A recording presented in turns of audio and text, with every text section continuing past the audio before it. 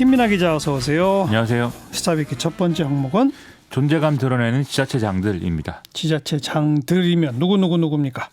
이 박원순 시장이 신천지 총회장 이만희 씨를 고발하는가 하면은 이재명 경기도지사는 이 검체 확보를 위해서 이만희 씨를 직접 체포하러 가겠다 이렇게 얘기를 해서 화제가 됐는데요. 오늘은 또 권영진 대구시장이 이 긴급 명령권 관련해서 문재인 대통령이 사과를 하는 일이 있었다고 해서 이 코로나19 사태를 이제 지나면서 지자체장들이 이렇게 정치적 존재감을 과시하고 있다 이런 얘기입니다. 네. 먼저 권영진 시장 사과를 왜 한 거죠? 어제 권영진 시장이 대구시청에서 코로나19 관련 브리핑을 진행을 하면서 대통령 긴급 명령권을 발동을 해서라도 공공기관이나 대기업 연수원 등을 활용해서 최대한 병상 3,000개를 확보를 해주고 의료인 총동원령을 내려서라도 조기에 의료 인력을 확보해달라 이렇게 요구를 한 바 있는데요. 오늘 황교안 미래통합당 대표도 의사협회와 함께 이 주장에 동조하는 입장을 냈거든요. 그런데 이제 권영진 시장이 오늘 오전에 국무회의에 화상을 통해 참석을 해서 법적 검토가 부족한 상태에서 이렇게 얘기를 한 것이라면서 사과했다 이런 내용입니다. 무슨 뜻이에요? 법적 검토가 부족한 상태에서? 이 긴급 명령권이라는 것은 헌법 제76조에 명시된 대통령의 고유 권한 중 하나인 건데요. 네네. 국가의 안위에 관계되는 중대한 교전 상태에 있어서 국가를 보위하기 위해서 긴급한 조치가 필요하고 국회의 집회가 불가능할 때에 한하여 대통령은 법률의 효력을 가지는 명령을 내릴 수 있다. 이렇게 돼 있는 겁니다. 그런데 현재 상황은 교전 상태도 아니고 국회도 열려 있기 때문에 이 긴급 명령권을 발동할 수 없다는 게 청와대 입장입니다. 헌법에 아주 명시적으로 교전 상태, 국회 열 수 없을 때 이렇게 써 있군요. 그렇습니다. 옛날 금융실명제는 어떻게 했었던 거죠? 이게 이제 헌법 76조는 5개 항으로 구성되어 있는데 두 번째 항이 앞서의 긴급명령권의 이제 요건을 규정한 내용이고요. 1항은 긴급재정경제명령권에 대한 내용을 규정을 하고 있습니다. 이 과거의 금융실명제의 경우에는 김영삼 전 대통령이 1993년에 긴급재정경제명령권을 발동해서 실시를 한 것으로 봐야 되겠는데요. 이 긴급재정경제명령권은 내후외환, 천재지변, 중대한 재정경제상 위기 등에서 발동할 수 있도록 규정이 되어 있습니다. 다만 이 내용은 재정경제상의 처분 또는 명령으로 이렇게 제한이 되어 있는 그런 내용입니다. 네. 그럼 긴급 재정경제명령권을 이번에 발동할 수 있는 거 아닌가요?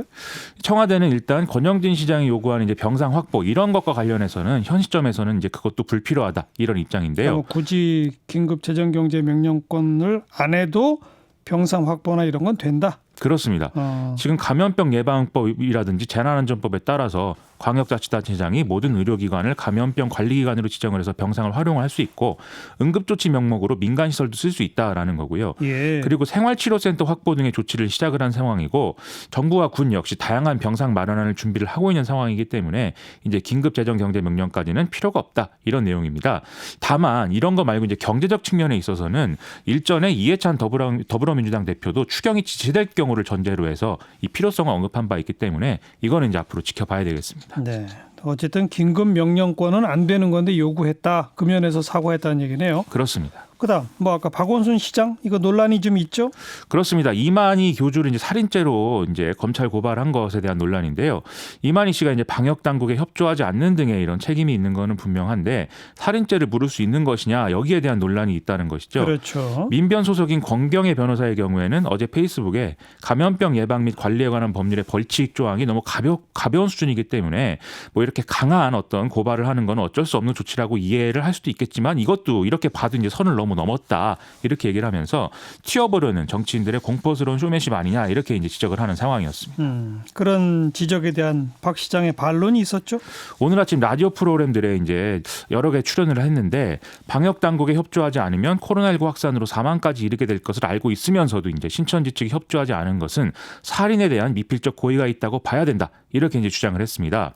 그리고 지금 단계에서는 신천지에 대한 강제 수사나 사회적 압박을 이제 하는 길밖에 없지 않느냐라면서 그나마 서울시가 고발을 했으니까 이만희 씨가 한 달 만에 처음으로 국민 앞에 나타난 거 아니겠느냐 이렇게 주장을 했습니다.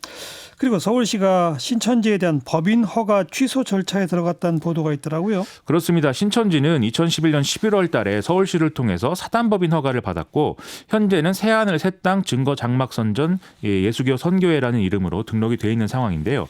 서울시는 오늘 모든 상황을 종합할 때 신천지는 공익을 해야 하는 것으로 보고 이 취소 절차를 밟을 예정이다 이렇게 밝혔습니다. 이 신천지의 지금까지의 행태가 민법 38조에 규정된 이 주무관청의 법인 설립 허가 취소 요건에 이제 해당한다라고 있다라고 판단을 했다는 건데요.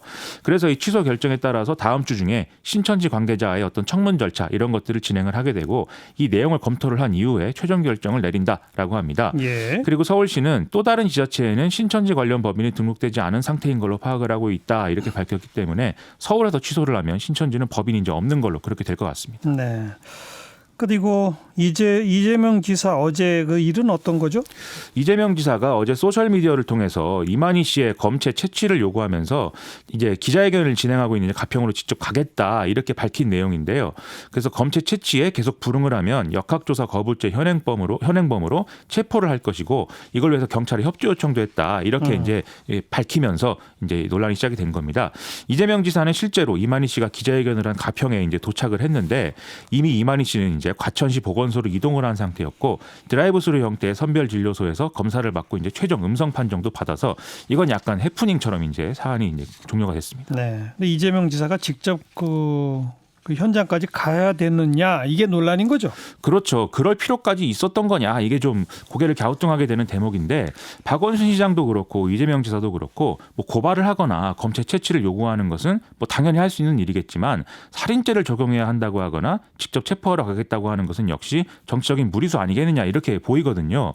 신천지에 대해서는 책임을 물어야 할 부분에 정확히 묻고 더 이상 피해자가 발생하지 않도록 하는 게 가장 중요한데 구성원들에게 지금 부당한 탄압을 당하고 있다 뭐 이런 인상을 주게 되면 오히려 이제 신천지의 자신들의 정당성을 주장하는 내부 논리가 강화될 우려도 있고 해서 이런 점에서는 좀 조심스럽게 접근할 필요가 있지 않나 이런 생각이 좀 들었습니다. 네. 자, 시사회기 두 번째 항목은요. 정치적 의료봉사입니다. 의료봉사 하니까 이번엔 안철수 대표 얘기로군요. 그렇습니다. 지금 대구 현지에서 의료봉사를 하고 있는데 진정성이 있는 거냐 실제 환자 근처에는 가지도 않는다더라 이런 이제 얘기가 많이 나오는 모양입니다. 그래서인지 오늘 국민의당 측이 안철수 대표의 의료봉사 내용을 상세히 밝혔습니다. 어떻게 하고 있답니까?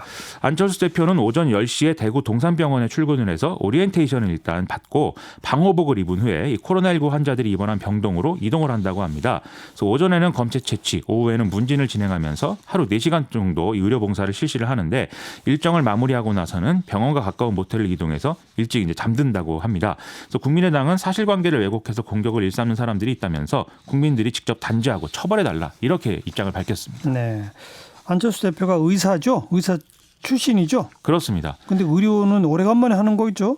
그렇습니다. 안철수 대표는 뭐 1989년부터 91년까지 단국대 의대 전임감사를 일하면서 의예과 학과장을 맡았었는데 이후에는 벤처 사업가로 변신을 했기 때문에 이 의사 면허가 계속 유지가 되고 있는 거냐 이런 의문이 제기된 바 있습니다. 근데 이 국민의당이 밝힌 바에 따르면 의료업 종사자가 아닌 사람은 3년마다 면허 신고를 할 필요는 없지만 그렇다고 의사협회 등록이 말소되는 것은 아니라면서 의료법상 의사면허 정지 또는 취소되지 않는 이상 의사면허는 유지된다. 이렇게 밝혔고요.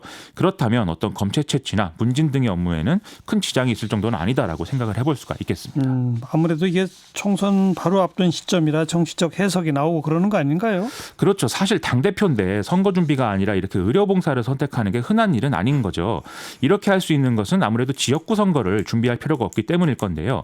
비례대표 후보만 이제 등록하겠다 이런 입장을 밝힌 상황에서는 그러니까요. 전국적 인지도가 더 중요하다는 판단 아니겠는가 하는 것이고 그러려면 명분이 있는 일에 자신의 능력을 쓰는 모습을 보여주는 게 더 득이 된다고 아마 판단했을 거다 이렇게 볼 수가 있겠습니다. 그러니까 지역구로는 당 소속의 후보를 하나도 내지 않는다 이거 아닙니까? 그렇습니다. 그 얘기는 결국 그 미래통합당하고 선거 연대를 한다 이렇게 해석이 되더라고요. 그렇죠. 안철수 대표의 지역구 선거 포기 입장을 지역구에서는 그러면 보수야당 후보를 찍되 정당 투표에서는 국민의당을 찍어달라 이런 메시지로 해석을 하고 있는 건데요. 예. 그런데 사실 또 선거연대라고 하기에도 좀 모호한 게 일반적으로 선거연대는 두 세력이 어떤 공동이 추구하는 가치 합의를 하고 서로 뭘 양보할지를 정하고 윈윈하는 그런 길을 찾는 방식으로 진행이 되는데 이 경우는 안철수 대표가 일방적으로 그냥 선언을 했기 때문에 국민의당이 어떤 득이 되는지 지금 알 수 없는 상황 아니겠습니까?